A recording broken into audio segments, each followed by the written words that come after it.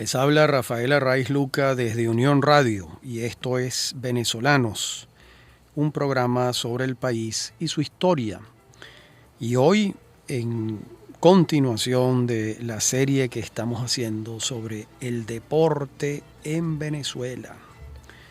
En nuestro programa anterior estuvimos viendo el atletismo y hoy, en esta primera etapa del programa, continuamos con el atletismo en Venezuela. Decíamos en el programa anterior que nuestros atletas destacaron en los Juegos Iberoamericanos de Madrid en 1962 y en los Panamericanos de Sao Paulo, alcanzando en ambos torneos notables posiciones. De hecho, el legendario Horacio Esteves estableció un nuevo récord mundial de 100 metros en la pista del Estadio Nacional del Paraíso, hoy Brígido Iriarte, en 1964. Y en ese momento Esteves se erigió en el tercer hombre en el mundo en correr los 100 metros planos en 10 segundos exactos. Esto es una hazaña verdaderamente importante. Por otra parte, con buenas razones se ha apuntado que en alguna medida esa promoción de atletas de la que veníamos hablando se debió al estímulo que la Shell y la Creole Petroleum Corporation hicieron en los campos petroleros del Zulia y del oriente del país, ya que muchos de estos superdotados del atletismo venezolano comenzaron a entrenar y competir en aquellas canchas que organizaron las concesionarias petroleras. Antes del desarrollo profesional del atletismo también lo hubo en el ámbito escolar y en el ámbito universitario.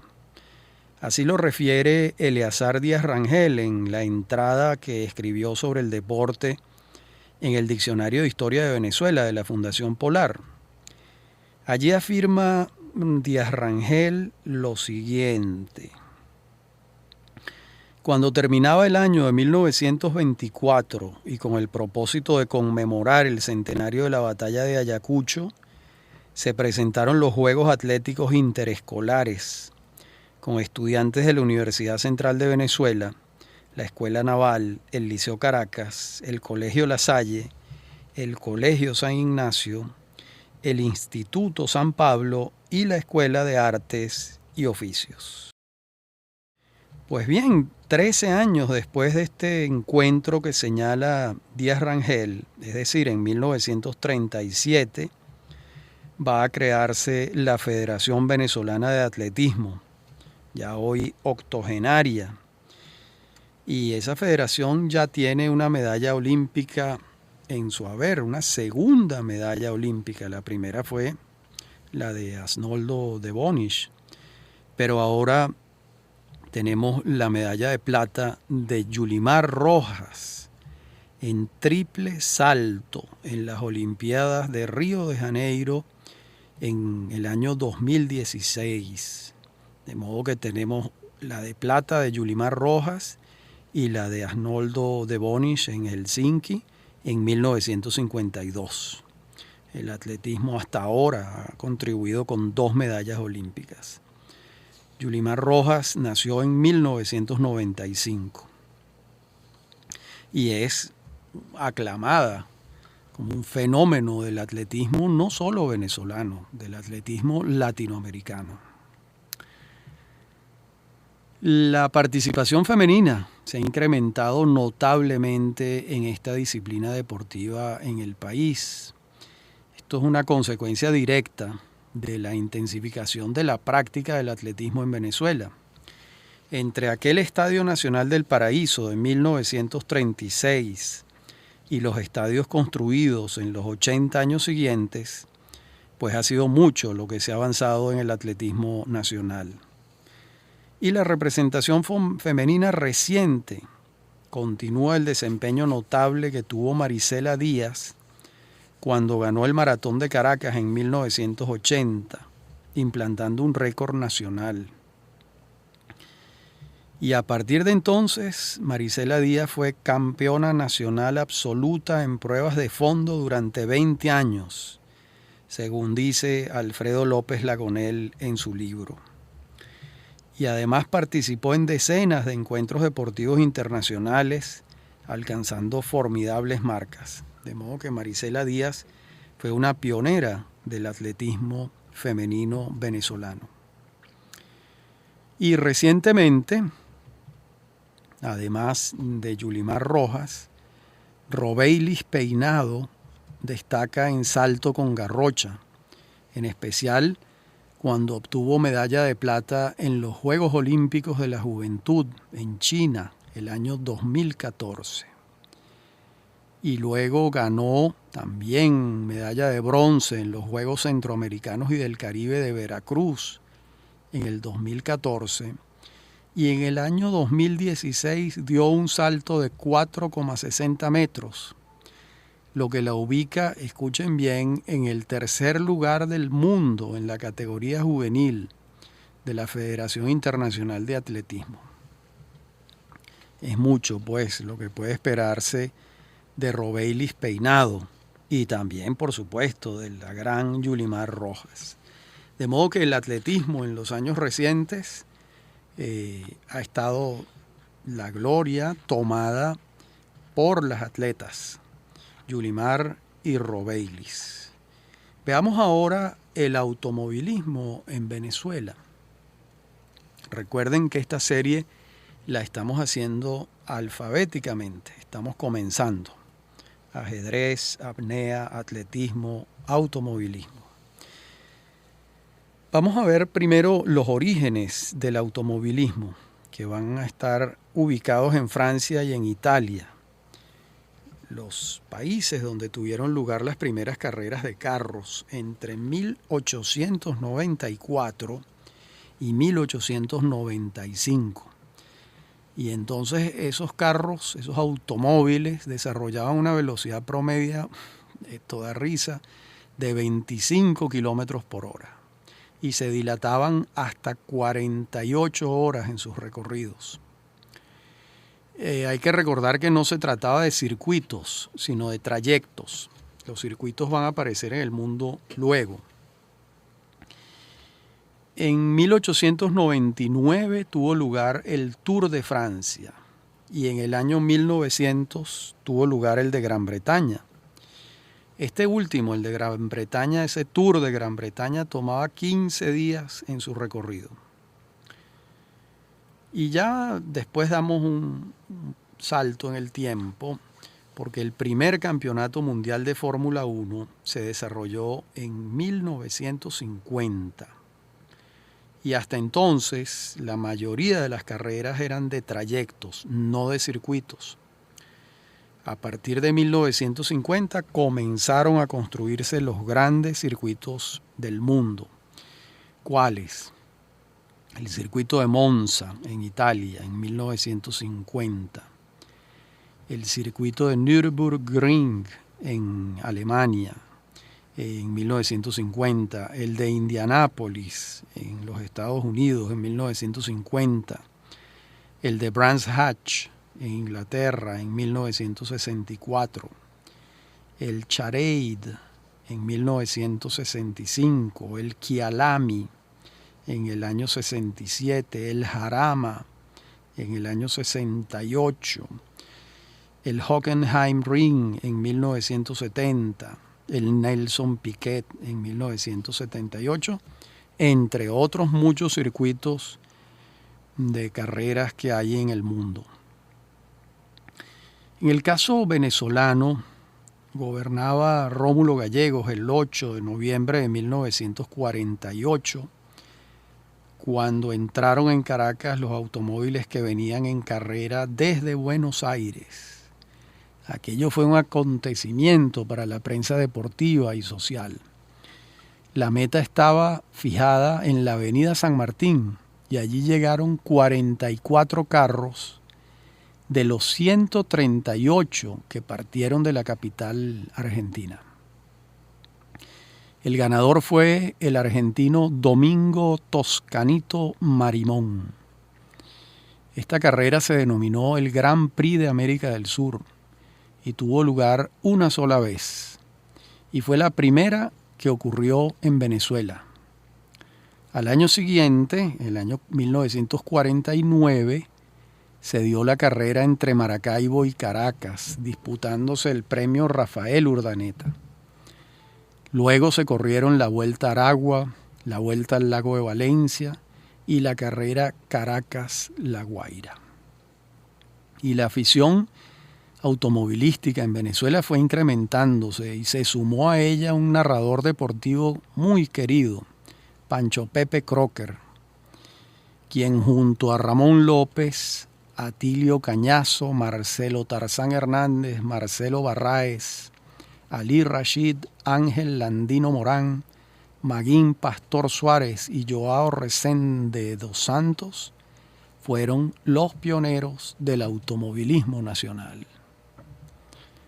Ya en la década de los años 50 y con el entusiasmo del dictador Marcos Pérez Jiménez, comenzaron a darse las carreras en el Paseo de los Próceres. Esto fue a partir de 1955, cuando el Touring Automóvil Club de Venezuela convocó el Gran Premio de Venezuela. Y vinieron nada menos que Juan Manuel Fangio y Stirling Moss, un gran corredor británico. Vinieron a correr ese Gran Premio de Venezuela. Y por Venezuela estuvo Pancho Pepe Crocker, quien había ganado el Campeonato Nacional de Automovilismo del año 1954. Al año siguiente, en Barranquilla, en la carrera de la cordialidad, lamentablemente, Crocker pasó a mejor vida. Lamentablemente, en una carrera en Barranquilla, Colombia, que se llamaba la Carrera de la Cordialidad, Pancho Pepe Crocker perdió el control del vehículo en una recta y se salió de la pista dando 3 vueltas aparatosas y falleció en el accidente. Tenía 35 años apenas y fue el más célebre narrador deportivo de su tiempo y un muy eficaz corredor de carros, piloto de automóviles. Para entonces, la afición por el automovilismo ya era consistente en Venezuela y a las carreras en el circuito de los Próceres se sumaron las del circuito de Lagunillas, hasta que en 1970 se inauguró el Autódromo Internacional de San Carlos, en Cojedes, gracias a la iniciativa privada. A partir de entonces el país contó con una pista de formidables dimensiones, que no solo ha servido para las competencias, sino para el entrenamiento tanto del automovilismo como del motociclismo, que veremos en su momento. Además, 2 años después, en 1972, se inauguró el Autódromo Internacional de Turagua, Pancho Pepe Crocker. Luego se inauguró el Autódromo Internacional Simón Bolívar de Ciudad Guayana y el Autódromo de la Chinita o Autódromo de los Parisi, como también se le conoce. Todo esto se sumó al incremento de la afición automovilística en Venezuela. De aquella primera generación de pilotos de carreras debemos mencionar a Lino Fallén, a Mauricio Marcotuli, a Francisco Romero, a Armando Pelón Capriles, a Henry Hoyos, a los hermanos Baiz, Mauricio y Fernando, a Roberto Bobby Dennett, a Marcel Abend, a Ernesto Viso, a Winston Chevely y a Juan Cocheza. Esta generación comenzó corriendo en los Próceres y estaba presente en San Carlos y en Turagua en 1970 y 1972, cuando el automovilismo venezolano se puso los pantalones largos. Y la siguiente generación es la de los años 80 y 90, cuando el zuliano Biagio Parisi descolló particularmente. Luego viene otra generación de pilotos que ha tenido la oportunidad de competir fuera del país. Ese ha sido el caso de Rodolfo Speedy González, de Cristian Calvo, de los hermanos Gelbes, de Nelson Canache, de Mauricio Baiz, de los hermanos Checoto, Jonathan y Johnny Amadeus, los hijos del campeón mundial de motociclismo, el venezolano Johnny Checoto. También Ernesto José Viso y por supuesto Pastor Maldonado, quien hasta la fecha ha sido el único venezolano en la historia en ganar un premio de Fórmula 1. Maldonado ganó el Gran Premio de España en Barcelona en el año 2012. No hay en el campo internacional ningún otro piloto venezolano que haya llegado más lejos que Maldonado, un maracayero nacido en 1985. Aunque hay que recordar que no fue el primero en competir en Fórmula 1, ya que el pionero en esto fue Johnny Checoto. No los hijos de Johnny, sino el motociclista. Johnny Checoto padre debutó en 1983 y llegó a correr en 23 carreras entre el año 83 y el año 84. Y se tuvo que retirar por un accidente en el que se fracturó las dos piernas. Abandonó lamentablemente la Fórmula 1 en 1984 y estuvo varios años compitiendo en otras categorías europeas hasta comienzos del siglo XXI, cuando se concentró en ser el coach, el entrenador de sus hijos, también corredores de automóviles, como hemos dicho antes.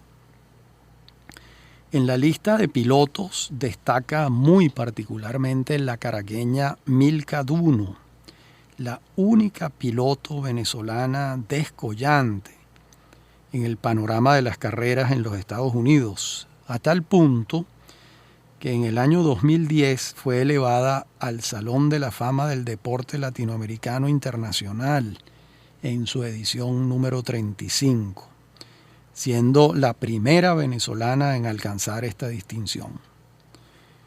Y fue la primera mujer en la historia de los Estados Unidos en ganar una carrera de orden internacional.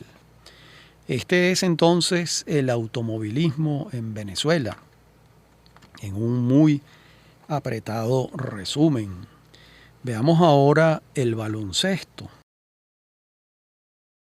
Y recordemos que es un deporte de reciente creación, porque estamos hablando de finales del siglo XIX. Sus orígenes están suficientemente documentados. El baloncesto fue creado por el instructor deportivo canadiense radicado en los Estados Unidos, James Naismith, por solicitud del director de un colegio de la IMCA. La IMCA quiere decir Young Men's Christian Association, en Springfield, en Massachusetts. Eso ocurrió en 1891. El origen de esto es que el director del colegio, del plantel, un señor llamado Luther Gulick, necesitaba que en los meses de invierno se pudiese practicar un deporte bajo techo. Él buscaba que los muchachos no pasaran 3 meses del invierno sin jugar ningún deporte, sin practicar algún deporte. Y así fue como Naismith se esmeró en inventar un juego bajo techo, en una cancha pequeña, y esto muy pronto se va a extender por todo el mundo. Fue rapidísimo el efecto expansivo del baloncesto. En Europa va a entrar por Francia en 1903 y allá sigue hacia otros destinos. Va a llegar a Brasil, Argentina y Uruguay en 1899, gracias a los colegios de la IMCA en esos países. Y para las Olimpiadas de 1936, ya el baloncesto estaba aceptado como deporte. Y a Venezuela va a llegar en la década de los años 20 por 3 caminos distintos. ¿Cuáles? Por el Táchira y su influencia colombiana, por el Zulia y su influencia norteamericana, y por Caracas, pues algunos pocos muchachos de las élites caraqueñas que estudiaban en los Estados Unidos, durante sus vacaciones lo practicaban en Caracas, en la capital. Y así es como para 1930 se funda la Asociación de Básquetbol Amateur en Caracas. Luego se va a denominar Federación Venezolana de Básquet y finalmente va a denominarse Federación Venezolana de Baloncesto, como debe llamarse en español. Y de este año data un primer encuentro registrado en la cancha del Ávila Tennis Club, cuando se presentaron dos equipos en la contienda. Este Ávila Tennis Club no existe hoy en día. Ya para 1948 había equipos y afición como para concertar un campeonato nacional. Fue entonces cuando equipos de 8 entidades federales o estatales participaron, y desde entonces todos los años ocurre el campeonato nacional. Para 1951 se disputa el primer campeonato nacional femenino y en 1956 comienzan los campeonatos juveniles nacionales. Para 1974 se funda la Liga Especial de Baloncesto, cuyo nombre cambia luego a Liga Profesional de Baloncesto. Este cambio ocurrió en el año 1993. Y hay que decir que todo esto siempre estuvo auspiciado por el presidente de la Federación Venezolana de Baloncesto, el legendario José Veracasa. Veamos ahora los jugadores de aquella primera generación. Traemos el recuerdo de Gastón Portillo, que nació en 1919 y fue integrante de la delegación zuliana en el primer campeonato nacional de baloncesto, ocurrido en el Nuevo Circo de Caracas en 1948. Y Portillo estuvo activo hasta su muerte en 1994. También recordamos a Telmo Romero, nacido en 1925, cuya capacidad encestadora todavía se recuerda como excepcional y alcanzó los máximos números en varias oportunidades. Germán Garrido, nacido en 1924, un deportista múltiple que amó el baloncesto y lo jugó con una gran destreza. Gustavo López, nacido en 1933, un jugador completo con una larga trayectoria. Luisa Alvarado, nacida en 1935, una leyenda del baloncesto nacional, integrante de la selección nacional por 20 años, entre 1951 y 1970. Mauricio Johnson, nacido en 1935, figura central de los campeonatos nacionales de la década de los 50 y los 60. Yubirí González, nacida en 1940 y para muchos la mejor jugadora de baloncesto femenino en la historia del país. Y por supuesto, Car Herrera, nacido en Trinidad en 1966, pero venezolano por su larga trayectoria en el mundo del baloncesto nacional y por haberse criado en la parroquia San José, en Caracas. Car Herrera integró esa selección nacional de baloncesto que logró clasificarse para las Olimpiadas. Esto lo hace junto con Iván Olivares y Sam Shepard. Y el año anterior, en 1991, Herrera entró en la Liga Profesional de los Estados Unidos, la NBA, siendo el primer venezolano en lograrlo. Y allí se destacó particularmente. Ahora veamos la hazaña del baloncesto venezolano que ocurrió en 1992, cuando se presentaron en el preolímpico de Portland, en Oregon, y allí alcanzan la medalla de plata. Esto le permitió pasar a jugar en las Olimpiadas de Barcelona en 1992. Aquel Dream Team, aquel gran equipo de baloncesto venezolano, estuvo integrado por Car Herrera, Sam Shepard, Luis Jiménez, Gabriel Estava, Iván Olivares, Rostin González, Víctor David Díaz, Alexander Nelcha, Melquíades Jaramillo, Armando Palacios, Nelson Solórzano y David Díaz. Bien, en conjunto lo cierto es que la Liga Especial de 1974, que se torna en la Liga Profesional a partir de 1993, le ha dado un impulso notable al baloncesto nacional. Eso es lo cierto. Y hoy en día, los 10 equipos que integran esa liga profesional juegan la temporada y han ido fortaleciendo el deporte y la afición, que se ha ido incrementando notablemente. El orden de fundación de estos equipos de la liga profesional es como sigue: Toros de Aragua, 1974. Marinos de Anzoátegui, 1976. Guayqueríes de Margarita, 1977.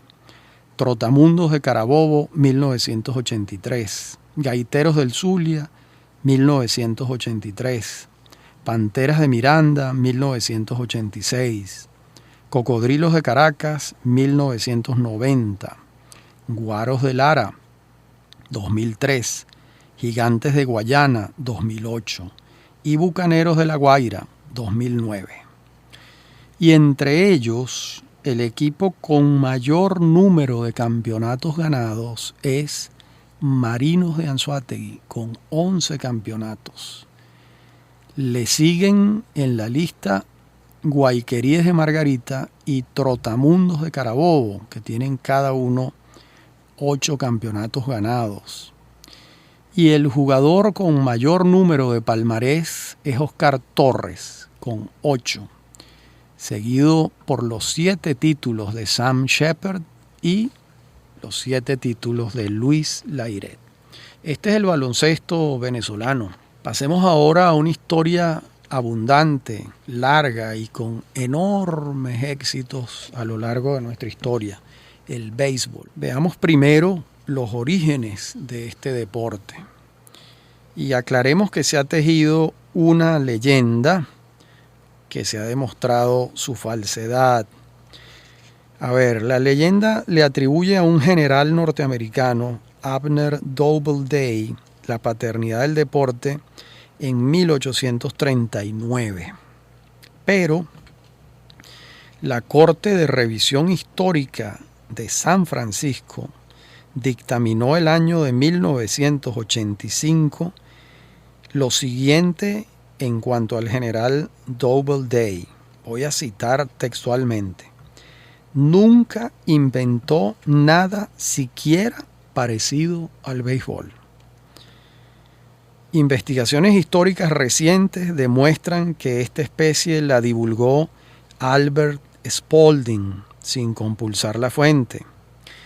Afirman además que ubicó la fábula en Cooperstown y al día de hoy no se puede seguir repitiendo la leyenda de Doubleday, ya que son muchas las fuentes que refutan la especie con data incontestable en la mano. Bueno, y tenemos la sentencia, además. Entonces, ¿cómo es el tema del origen del béisbol? Pues lo cierto es que el béisbol fue estructurándose poco a poco sobre la base de varias fuentes iniciales con unos elementos comunes. Vamos a ver cuáles son esos elementos comunes. Es un juego con palos, pelotas y carreras entre bases. De este tipo de juegos abundan alusiones en Egipto, en la Grecia antigua y en la Edad Media en Italia y en Francia. Además, por supuesto, de las referencias mayas y aztecas. De modo que podemos ubicar en Inglaterra a los abuelos del béisbol. Nos referimos al stool ball, el cricket y el rounders, todos con pelotas, bases y carreras. Los juegos de pelotas prehispánicos han sido estudiados también y no caben dudas sobre algunas similitudes con los elementos bases del béisbol. También se sabe que los ingleses llevaron al noreste de los Estados Unidos muchos de estos juegos e incluso allí se inventaron variaciones sobre lo esencial. De entonces provienen otros antecedentes del béisbol. Nos referimos al Massachusetts Game, el Northern Spiel, el Boston Game y el New York Game. Y la lista es larga, no estoy dándoles toda la lista de variaciones sobre el mismo elemento base, palos, pelotas y bases, valga la redundancia. Todo esto lo trabaja bastante bien Juan Bené en su libro 5000 años del béisbol. Y Bené no solo se dedica a eso, sino a las complejidades alrededor de la creación de las reglas del béisbol moderno, que son muchas. No solo se refiere a la paternidad del béisbol, que es difícil de establecer, sino también a las fechas exactas. Por ejemplo, se afirma que Alexander Cartwright estableció las reglas semilla en 1846, siendo el primer umpire del encuentro. Primero fijó 14 reglas, luego las elevó a 21 y hoy en día las reglas del béisbol son 400. De modo que la reglamentación se ha ido haciendo con la casuística, que ocurre, por supuesto, en la práctica, en el tiempo. Y ya para 1850 en los Estados Unidos había equipos que jugaban con sentido profesional, de acuerdo con las reglas establecidas. A Cartwright le siguen en importancia Henry Chadwick, quien le dio otra vuelta de tuerca a la reglamentación y las anotaciones del juego. Y ya para 1882 se concitó la primera serie mundial. Y desde entonces, la afición y la profesionalización en los Estados Unidos no han dejado de dar pasos hacia adelante, grandes pasos. Veamos ahora los inicios del béisbol en Venezuela, más allá de las anécdotas acerca de quiénes fueron los primeros en congregar unas caimaneras y cómo se enteraron de que este deporte existía. Lo cierto es que el primer equipo organizado fue constituido en 1895 y se denominaba Caracas. Luego, advertimos al año siguiente en Coro otro equipo que se llamaba Coro Baseball Club. Vamos a hallar lo mismo en Valencia, el Valencia Baseball Club, y lo mismo en Maracaibo, el Maracaibo Baseball Club. De modo que no cabe la menor duda del crecimiento de esta práctica deportiva en los últimos años del siglo XIX, a partir de 1895, en esos 5 últimos años. Y no es menos cierto que las guerras de fin de siglo y de comienzos del siglo XX conspiraron contra el entusiasmo beisbolero. Y será en la primera década del siglo XX cuando se retome el deporte y consta que un equipo reunido por Roberto Todd bajó a La Guaira a jugar con los marineros del buque armado Marieta, que venía a hacer acto de presencia después de que las armadas europeas protagonizaran el bloqueo de nuestros puertos principales. Estamos hablando del año 1902. Luego, otras referencias del béisbol están vinculadas con los terrenos de la urbanización El Paraíso. Recordemos que El Paraíso fue la primera urbanización caraqueña moderna en las afueras de la ciudad. Allí la élite caraqueña construyó sus casas y sus hijos, muchos de ellos estudiantes en los Estados Unidos, jugaban béisbol en las vacaciones de verano. Y los terrenos se los facilitaba el promotor de la urbanización, que fue Carlos Zuluaga. Y aquel entusiasmo inicial alrededor del Caracas Baseball Club tomó el espíritu de varios jóvenes de la época. No solo Roberto Todd, sino los hermanos Mosquera, José Antonio y Alfredo, los hermanos Franklin, Amenodoro, Augusto y Emilio, los hermanos Becerra, Francisco y Mariano, los hermanos de Sola, Fred, Frank y Herbert, y Marco Antonio Saluz. Estos son, que sepamos, los primeros practicantes del béisbol organizado, de acuerdo con las reglas y en un campo adecuado para eso. Todas las noticias son de 1895, como les decíamos antes, y estas de la primera década del siglo XX. Y en la segunda década del siglo XX ya había equipos en La Guaira, Valencia, Margarita y Maracaibo. Y sabemos que el gran empresario y modernizador de Venezuela, William H. Phelps, organizó un campeonato con 4 equipos en Maracaibo el año de 1913. Para el año 1917 se organiza un campeonato en Caracas entre los Amanes y el equipo Girardot, y luego otro entre el equipo Los Amanes y el Independencia de Puerto Cabello. Y este año de 1917 se funda el Magallanes, pero la gripe española es del año siguiente, de 1918, y desaparece el Magallanes y va a resurgir de sus cenizas 10 años después. En la parte anterior del programa estuvimos viendo la década de los años 10 y ahora veremos la de los años 20 del siglo XX en relación con el béisbol en Venezuela. Tenemos que en 1926 es fundada la Asociación de Béisbol por Jesús Corao, Carlos Márquez, Juan Jones Parra, el capitán Delgado Correa y el Pollo Torrealba. Y organizan un campeonato. Y en ese campeonato juegan 4 equipos: Maracay, Royal Criollos, Santa Marta y 29 de Julio. En el año 1929 se incorpora Magallanes, ya reconstruido, y la denominación de la institución cambia. Ahora se llama Asociación Venezolana de Béisbol. La preside Carlos Enrique Reverón y lo acompañan en la junta directiva Edgar Anzola, Carlos Márquez y Miguel Rivero. Y en la década de los años 30 se va a sumar un equipo de Gonzalo Gómez, hijo del general Gómez. Ese equipo se llamaba Concordia y venía a disputarle la primacía a Magallanes y al Royal Criollos, y logra vencer en 1934. Por su parte, Maracaibo avanzaba en el desarrollo del béisbol.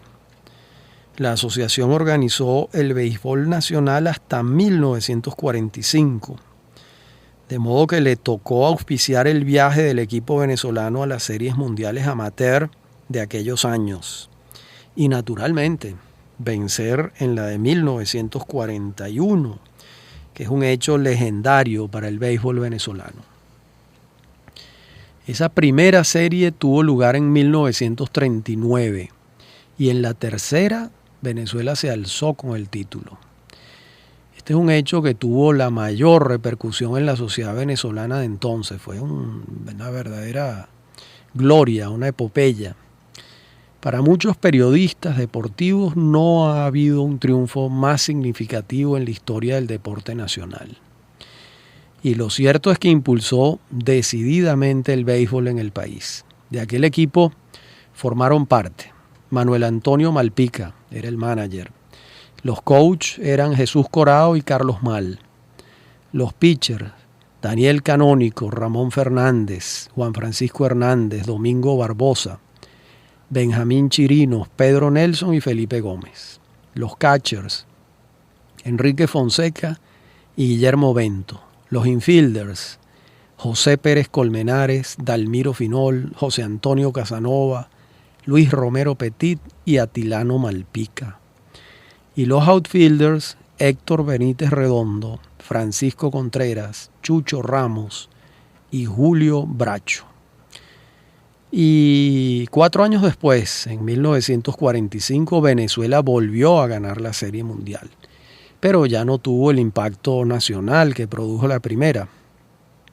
Estos triunfos, sin duda, trajeron un gran entusiasmo a la afición por la pelota en Venezuela. Y el 27 de diciembre de 1945 se reunió el Comité Ejecutivo del Béisbol Profesional en una oficina en el centro de Caracas y acordaron que en 1946 tendría lugar la primera temporada del béisbol profesional en Venezuela. ¿Quiénes fueron aquellos fundadores? Juan Antonio Llanes, Martín Tovar Lange, Carlos Lavó, Juan Reyetti, Alberto Escanone y Luis Rafael Pimentel. Se integró una junta directiva y ninguno de los propietarios de los 4 equipos la integró. Los equipos, ¿cuáles fueron? Cervecería Caracas, Magallanes, Venezuela y Vargas. Y así fue como se formalizó lo que venía ocurriendo desde 1942, cuando varios de estos equipos comenzaron a rivalizar entre ellos. Muy particularmente en el estadio de San Agustín, que lo había comprado la Cervecería Caracas por iniciativa de su presidente, Martín Tovar Lange. Y a partir de entonces la historia del béisbol en Venezuela fue otra. Veamos ahora, hasta donde podamos hacerlo, la tradición de los equipos de la Liga Profesional del Béisbol Venezolano. La denominación Leones del Caracas surge en 1952, cuando Oscar Prieto Ortiz y Pablo Morales le compran la divisa a Martín Tovar Lange, quien había inscrito como equipo profesional a Cervecería Caracas en el año 46, cuando comenzó la liga. Luego tenemos los Tiburones de La Guaira, que primero se llamaron Santa Marta, y a partir de 1956 el equipo Licoreros de Pampero de Alejandro Hernández.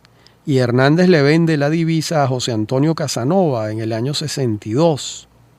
Y este se asocia con Pedro Padrón Panza, Manuel Malpica, José Antonio Díaz, Jesús Morales Balarino, Mario Gómez y Pablo Díaz para desarrollar el equipo.